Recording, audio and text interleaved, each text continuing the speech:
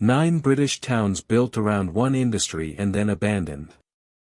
From coal mines to steelworks, shipyards to chemical plants, these are places where entire communities were engineered for one employer. And when the gates shut, no one had a plan for what came next. Unemployment rates hit 70%. Populations were hollowed out by a quarter. Toxic land was left too poisoned to rebuild on.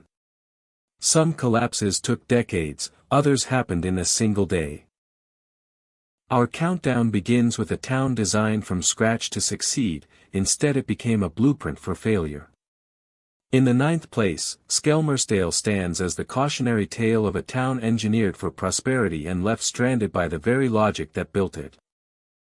Born from new town planning in 1961, Skelmersdale was supposed to absorb Liverpool's overspill and thrive on light manufacturing and coal mining. At its industrial peak, around 5,000 jobs anchored the local economy. But as the last deep mine shut in 1988 and light industry unraveled, the cracks in this top-down experiment widened. The closure of the Massey Ferguson factory in 2013 alone wiped out another 1,000 jobs, echoing through a community already battered by a 12% unemployment rate in the late 80s and nearly 10% 2 decades later. Population has shrunk by 12% since 1971, and Skelmersdale now sits in the lowest decile of deprivation in England. Attempts at revival, a logistics park and new warehouse jobs have not filled the void. Here, deprivation is not a sudden disaster but a slow, grinding abandonment. The result of a town designed with all its eggs in one basket and no rescue plan when the bottom fell out. 8th place belongs to Shot 10, where industrial collapse is measured in hours, not years. On the 31st of March, 1980, Shot 10 Steelworks, once the beating heart of this North Wales town, announced 6,500 redundancies in a single shattering blow. The BBC called it Black Monday. For families who had relied on the plant for generations, it was more than a headline. It was the end of a world built on steel. At its peak, Shot 10 employed nearly 13,000. Its furnaces and rolling mills dominated the skyline and the local economy. But when British Steel's board minutes confirmed the closure, the news swept through Shot 10 like a tidal wave. Overnight, the unemployment rate soared to 25%. Shops closed, schools emptied, and the population began a slow exodus, down 14% between 1971 and 2021. The sense of betrayal ran deep. There was no gradual wind down, no chance to adapt. People were simply thrown on the scrap heap, told to fend for themselves. Today, a patchwork of new businesses and a wind turbine plant employ just 1,200, a pale shadow of what was lost. Shot 10's Black Monday stands as a stark reminder. When a single employer pulls the plug, the devastation is instant, absolute, and leaves scars that last for generations. 7. New Cumnock stands as a stark example when a town's fortunes are tied to a single pit, and the pit goes dark.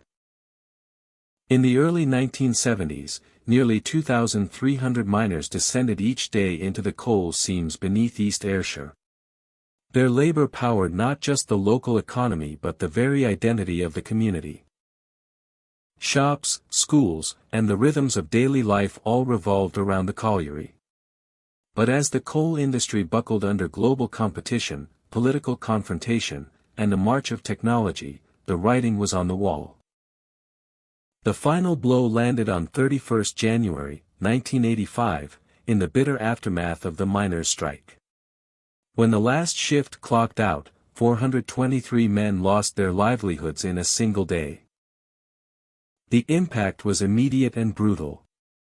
Unemployment soared to 19%, almost 4 times the national rate. The young left in droves, searching for work that no longer existed in New Cumnock. Over the next 50 years, the town population shrank by a quarter, from 10 in 1971 to just 7 by 2021. What remained was an aging community hollowed out as each generation of workers slipped away. Regeneration schemes, remote work hubs, food processing jobs, and a heritage center offered only a faint echo of the prosperity coal once brought. Even today, with just 250 new jobs created by government programs, the scars of deindustrialization run deep. New Cumnock's story is not one of sudden catastrophe but of slow abandonment. A community left to weather the consequences of decisions made far beyond its borders. Number 6. Blaenau-Festiniog is a town where industry's scars have been both a curse and, in time, a lifeline.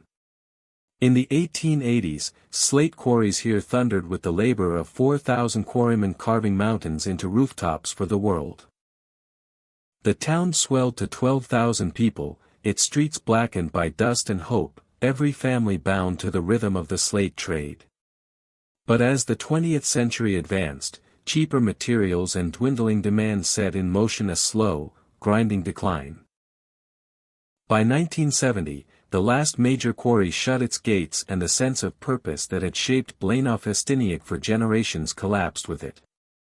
Unemployment soared to 22% by 1972, the population dwindled, shops shuttered, and the town slid down the Welsh deprivation rankings.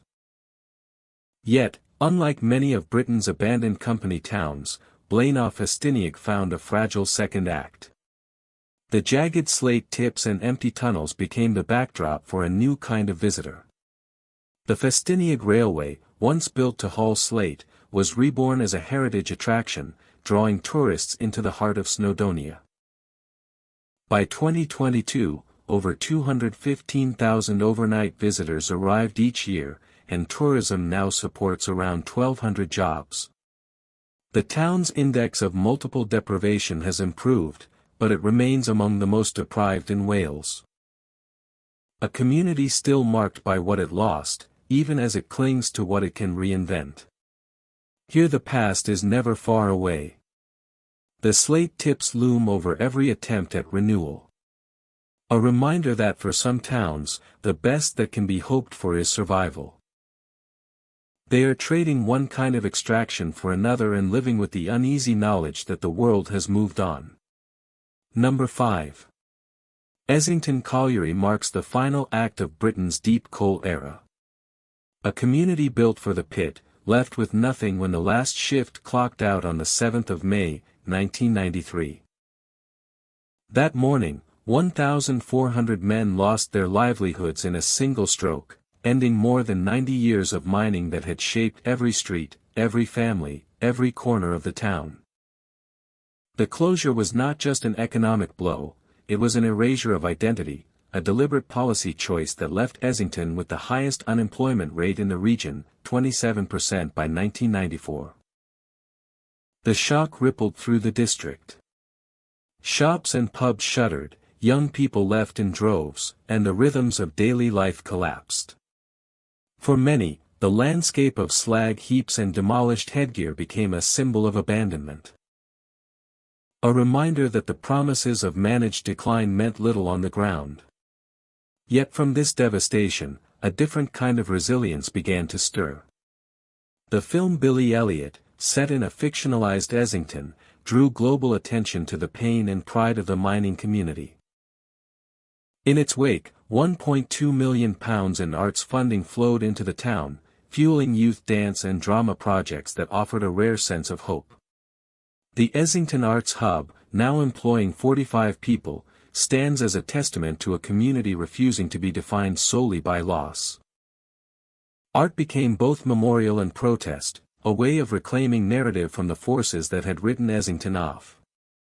Here, the past is never far away, but the future is being shaped not by coal, but by creativity. In Essington, the story of deindustrialization is not just about what was taken, but about what people fought to keep alive. Number 4. Consett stands as the clearest indictment of a system that could erase a town with a single boardroom decision.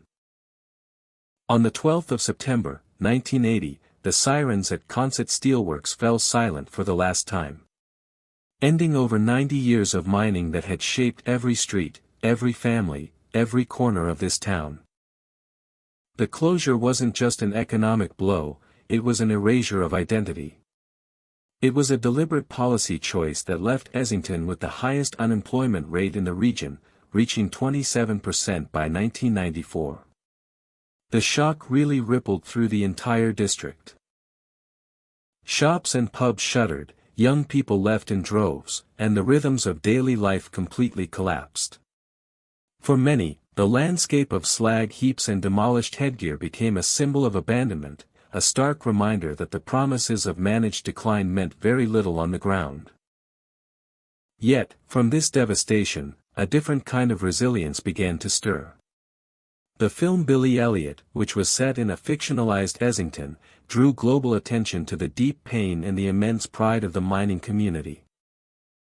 In its wake, £1.2 million in arts funding flowed into the town, fueling youth dance and drama projects that offered a rare sense of hope.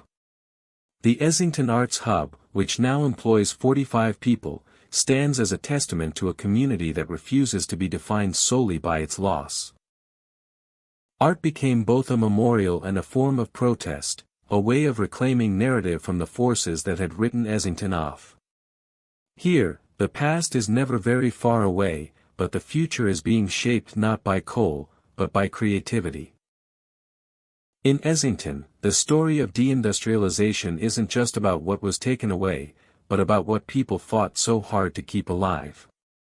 Number 4 Consett stands as the clearest indictment of a system that could erase a town with a single boardroom decision. On September 12, 1980, the sirens at Consett Steelworks fell silent for the very last time. Nearly 7,500 men had once passed through those gates, their labor forging the steel that built Britain's ships, bridges, and railways. When the closure came, 5,600 were thrown out of work overnight, and the local unemployment rate exploded to an unprecedented 36%, by far the highest in England. Shops shuttered, schools emptied, and a whole generation was left with nothing but memories of the furnace glow on the horizon. The official story was simple. British Steel claimed the plant was losing money, that global competition and outdated machinery had doomed the plant. But the numbers told a different tale. Board minutes from 1979 to 1980 revealed the works had turned a modest profit in its final year. Union leaders and local members of parliament accused the government of using Corby as a pawn in a wider strategy to break the power of industrial labor. Hansard debates from the era are thick with anger, voices demanding to know why a profitable plant was sacrificed, why a community was left to rot. For the people of Corby, the closure was not just about jobs. It was the loss of identity. The end of a world where generations had worked side by side. The scars ran deep, families split apart, young people were forced to leave, and the town's pride was replaced by boarded windows and silence. For decades on, a business park employs just 1,200, a pale shadow of what once was. In Corby, the debate over why it happened still burns. Was it economics or was it politics? For those left behind, the distinction hardly matters. The cost was paid in lives, not ledgers. Coming in at number 3, Jarrow stands as the moral epicenter of Britain's abandoned industrial towns, a place where the collapse of a single shipyard became a national outcry for dignity and survival. In 1935, the closure of Palmer's shipyard left 70% of Jarrow's workforce without jobs, an economic shock that hit with such force the town's population fell by nearly 4,000 over 2 decades. There was no soft landing, no state rescue. Instead, the people of Jarrow were left to fend for themselves as hunger and despair took hold. In October 1936, 200 men set out on foot, marching nearly 300 miles from the Tyne to London. Their aim was simple, to deliver a petition with 11,000 signatures to Parliament, pleading for work and the right to live with dignity. The BBC followed their journey, and British Path newsreels captured the silent lines of marchers in flat caps and worn boots, carrying the hopes of a town on their shoulders. Each step was a rebuke to a government that had turned its back, a protest not just for Jarrow but for every community left to rot when industry failed. By the time the marchers reached London, their story had become a symbol of national neglect, yet the response from Westminster was cold. The petition quietly shelved, and the crisis unresolved. In the years that followed, Jarrow's population shrank from 25,500 to 21,700. The town's spirit battered, but not broken. The Jarrow March did not bring immediate relief, but it left a legacy that echoes through every later act of protest and every policy debate about the price of abandonment. Jarrow's story is a warning. When a nation ignores the suffering of its workers, the wounds cut deep and last for generations. In second place, the Ardeer Peninsula stands as a monument to the hidden costs of industrial ambition, a 2,000-acre expanse once dominated by Nobel's explosives and later by imperial chemical industries. At its peak in the 1970s, the site provided work for nearly 13,000 men and women, their lives bound to the rhythms of chemical production. But as Britain's coal and munitions markets shrank, Ardeer's fortunes collapsed in slow motion. Between 1995 and 2002, a staged redundancy program swept away 1,800 jobs, pushing local unemployment from 7% to 12%. For the workers, there was no single day of reckoning, just a drawn-out process of notices, closures, and the slow realization that the future had been mortgaged for short-term gains. Yet the social devastation was only half the story.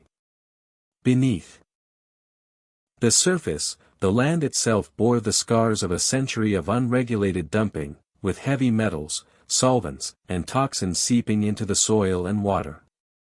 By the time the last chemical lines were decommissioned, Ardeer had become one of the most contaminated sites in the UK. Council minutes and SEPA reports detail a £250 million remediation fund, hammered out in bitter negotiations between government and corporate lawyers.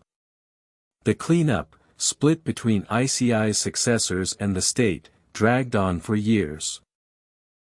Even now, much of the peninsula remains off-limits, a toxic inheritance that cannot be erased by bulldozers or new business parks.